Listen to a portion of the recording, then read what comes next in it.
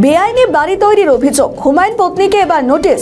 জলা জমির ওপর বেআইনিভাবে বসত বাড়ি তৈরি করার অভিযোগে এবার তৃণমূল কংগ্রেসের সাসপেন্ডেড বিধায়ক তথা জনতা উন্নয়ন পার্টির চেয়ারম্যান হুমায়ুন কবিরের স্ত্রী মীরা সুলতানাকে এবার নোটিশ পাঠালো ভূমি ও ভূমি সংস্কার দপ্তর। মঙ্গলবার এই চিঠি ইস্যু করা হলেও হুমায়ুন পত্নী বুধবার পর্যন্ত হাতে এই চিঠি পাননি বলেই জানা গিয়েছে। হুমায়ুন পত্নীর বিরুদ্ধে অভিযোগ, নালা প্রকৃতির জমির চরিত্র বদল না করে সেখানে বসত বাড়ি তৈরি করেছেন। হুমায়ুন কবির বর্তমানে স্ত্রী মীরা সুলতানা, পুত্র গোলাম নবী আজাদ রবিন সহ পরিবারের আরও কয়েকজন সদস্যের সঙ্গে মুর্শিদাবাদের মানিক্যহার গ্রামে স্ত্রীর নামে নথিভুক্ত এই বাড়িতে থাকেন। হুমায়ুন কবিরের স্ত্রী মীরা সুলতানার বিরুদ্ধে অভিযোগ উঠেছে, ভূমি ও ভূমি সংস্কার দপ্তরের প্রয়োজনীয় অনুমতি না থাকলেও তিনি মানিক্যহার গ্রামে জমির চরিত্র পরিবর্তন করে এবং সেখানে বসত বাড়ি নির্মাণ করে পরিবার নিয়ে থাকছেন। সূত্রের খবর, হুমায়ুন পত্নীকে ভূমি ও ভূমি সংস্কার দপ্তরের তরফ থেকে 7 দিনের সময় দেওয়া হয়েছে গোটা বিষয়টি নিয়ে উত্তর দেওয়ার জন্য।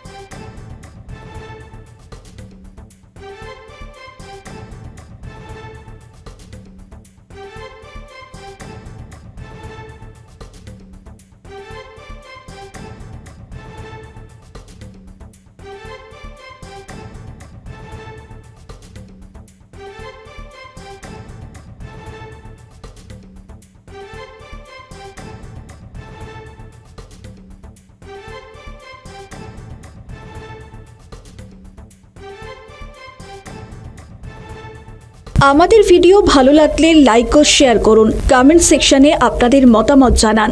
আরও ভিডিও পেতে আমাদের চ্যানেলটিকে সাবস্ক্রাইব করুন এবং প্রতি মুহূর্তে খবরের আপডেট পেতে প্রেস করুন বেল আইকন।